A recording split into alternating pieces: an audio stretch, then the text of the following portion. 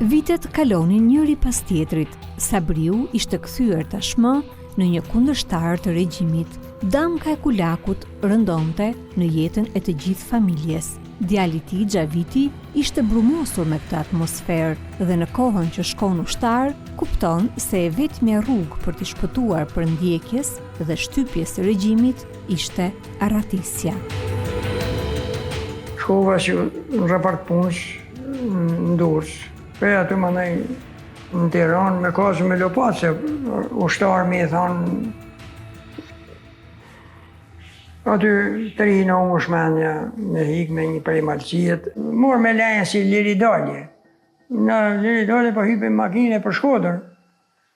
Më rritë me Shkodër me makine ashtu rasit, kamione ashtu që ishte në atë kohë s'ka pas. Mandej morë me rrugën drejt malëqisë. Ashtu. Ky ishte maj ashtu, kishte falsifiku bile dhe ta i leje, ba që kur na kanë shlu për me. Atër këna marrë malet, që unë nuk di që janë ma gjatë, hecë 11 ditë veç anë këtej, deri sa këna mënu se këna kalu. Aty na kanë kapë, si më na kapë, që me thanë. Ai dite shtigje të rrugë, kështu, pa e si kishte pa ditë taman mirë, nëse mas 11 ditëve përpjekje e tonë ato forcat shlu me mujtë e na kanë kapë. A ishte natë, nga kapën tropoj, se na menume se kishim kalu kufinin në atë vend që ishim, na kishim paken bashkë të brenzi. Aty,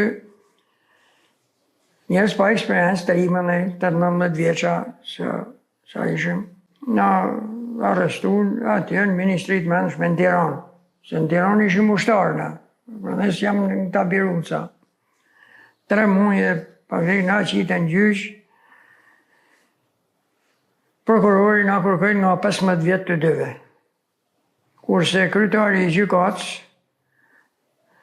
na kërkoi njënit 22, tjerë e mu 20.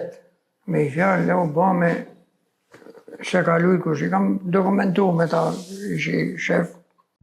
Në dokumentet e gjyqit për Xhavit Lohjen dhe Hysen Vucajn zbulohet veç të dhënave biografike për secilin edhe akuza, dënimi, si edhe rrethanat e ngjarjes. Për Xhavitin shkruhet: Ushtar Xhavit Lohja, i biri Sabriu dhe Nafies, i datëlindjes 1943, lindur dhe banues në Katundin Kuq të Shkodrës, efektiv i repartit ushtarak numër 4710 Durrës, me origjinë shoqërore fshatari mesëm, me gjendje shoqërore fshatari pasur kulak, me arsim fillor, i pamartuar, i padënuar më parë, i arrestuar me datë 17 shtator 1963. Akuza ka tentuar të arratiset jashtë shtetit, parashikuar si krim nga neni 64-10 të kodit penal dhe 14 të kodit penal.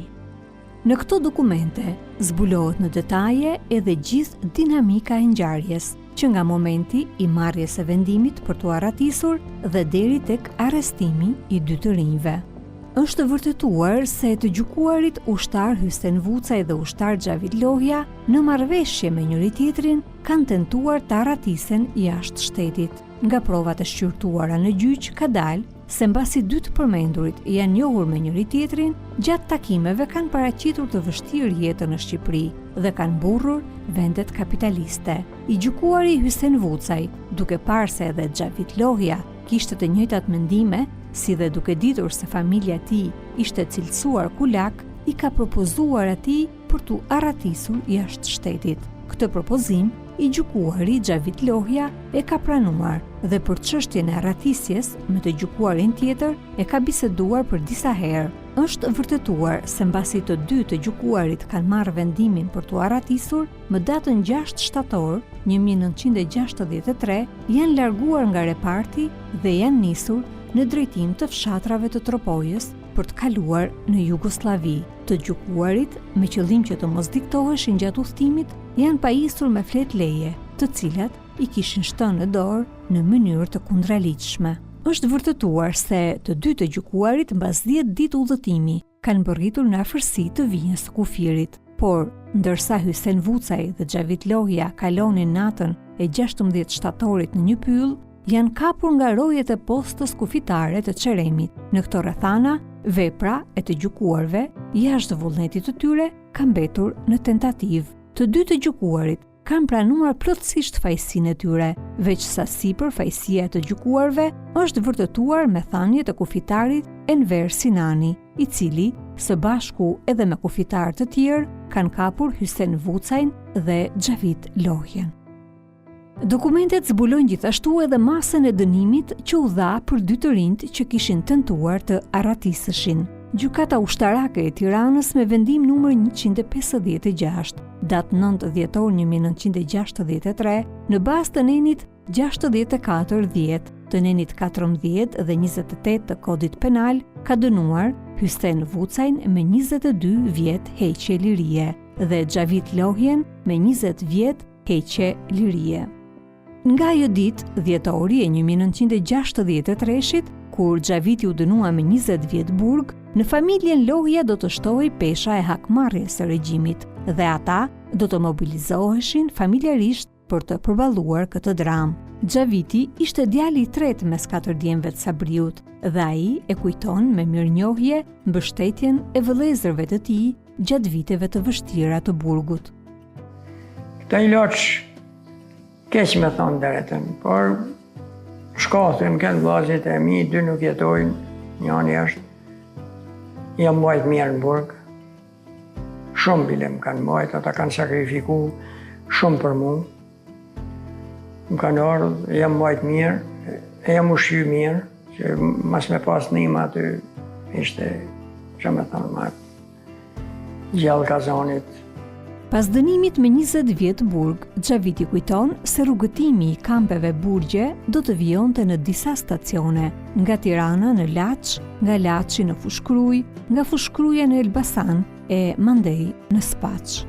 Mandej na qiten ka ush, masina dënunin në burg Tiranës, pe aty na prunin në Laç. 3 vjet kanë na në Laç. Nuk ka në burg ishin, po jo në i burg i zorë shumë, si kishin këna për kanale, në për, që më thonë,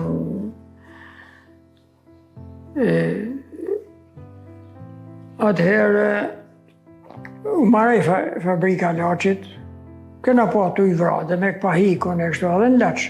Po jo, njerëzit se mershin edhe lek mershin, puna ishte, nuk ishte shumë e ranë. Më ndaj na qunën në Fushkrunja 6 muj, pe në Fushkrunjet, në Elbasan fabrik qimentes, aty 1 vjet. Më nej, pe aty, së dishim gjave, shtoshin do të transferohen, që ku, me shku nga kanë ojë ditë prej ditë, nga kanë thonë qysh mrami me mledhë teshat, ata ushqime që kishim. Edhe makina që me thonë, Shqipnia me thonë, s'ka tjera makina, vesh një ata, ka shumë makina. Ushtar e policë para mrapa, shumë makina, na prunin në Spaç. Gjithë kampin që kena kënë në Elbasan, na kanë prunë në Spaç.